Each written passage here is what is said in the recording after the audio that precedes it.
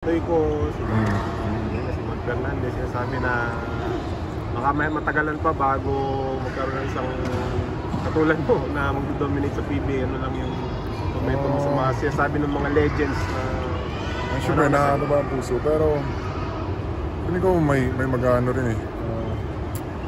Mag-break din ng record ko eh.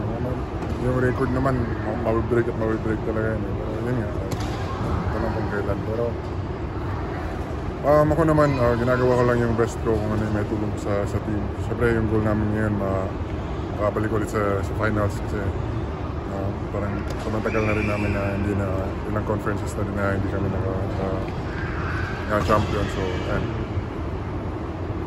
Will more added motivation ba o pressure sa yan? Kasi siyempre part ka na ng ng 50 greatest players tapos ngayon active ka pa eh. And then may chance ka pa para sa 9th na MVP.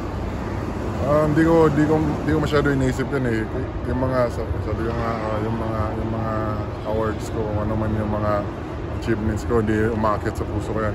Kaya sa isip ko, laging wala pa akong napanalunan, wala pa akong napatunayan. So, yan. Hindi pressure sa akin.